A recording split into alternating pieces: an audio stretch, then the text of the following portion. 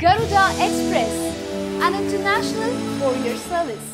నారా లోకేష్ అంటే ఆంధ్ర పప్పు అన్న బ్రాండ్ వేసి ప్రచారం చేస్తున్నారన్న విషయాన్ని ప్రస్తావిస్తే ఆయన తనదైన శైలిలో స్పందించారు.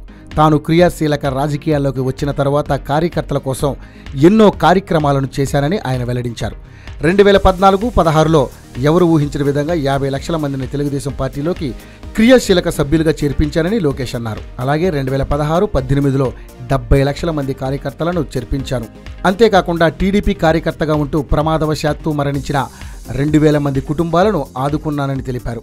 మా బీమా పథకం ద్వారానే ఈరోజు నేను ఎవరు ఊహించిన విధంగా ఎన్నో కార్యక్రమాలు చేపట్టాను. అండర్ గ్రౌండ్ డ్రైనేజీలు పూర్తి చేయిస్తున్నాం. 40 లక్షల వీధి దీపాలను ఏర్పాటు చేస్తున్నాం. ఇవన్నీ నిజంగా పప్పోడే చేయగలిగితే పప్పు, ఉప్పోడే చేయగలిగితే ఉప్పోడవుతాడు అన్నారు. గూగుల్ సెర్చ్లో ఏపీ పప్పు అని కొడితే లోకేష్ పేరు వస్తుందన్న విషయంపై స్పందిస్తూ చేయనియండి, దానికన్నా ఇంకేం చేయలేరు. 2 ఆర్టికల్స్ ప్రోగ్రాములు చేస్తారు. నేనేం చేస్తానో ప్రజలకు తెలుసు అని చెప్పారు. సోషల్ మీడియా ప్రచారాన్ని తాను పట్టించుకోనని అన్నారు. అలాగే ముద్రగడ పాదయాత్ర గురించి కూడా ఆయన వ్యాఖ్యానించారు. ముద్రగడను వెనక నుంచి నడిపిస్తున్నది జగనే అని అనుమానం వ్యక్తం చేశారు. వైఎస్ఆర్సీపీ అధినేత జగన్ చుట్టూ దొంగలే ఉన్నారని ఆయన ఆరోపించారు. మంచి వ్యక్తి చుట్టూ మంచి వ్యక్తులే ఉంటారని, ప్రజాధనం దోచుకున్న దొంగ చుట్టూ దొంగలే ఉంటారని ఆయన తెలిపారు.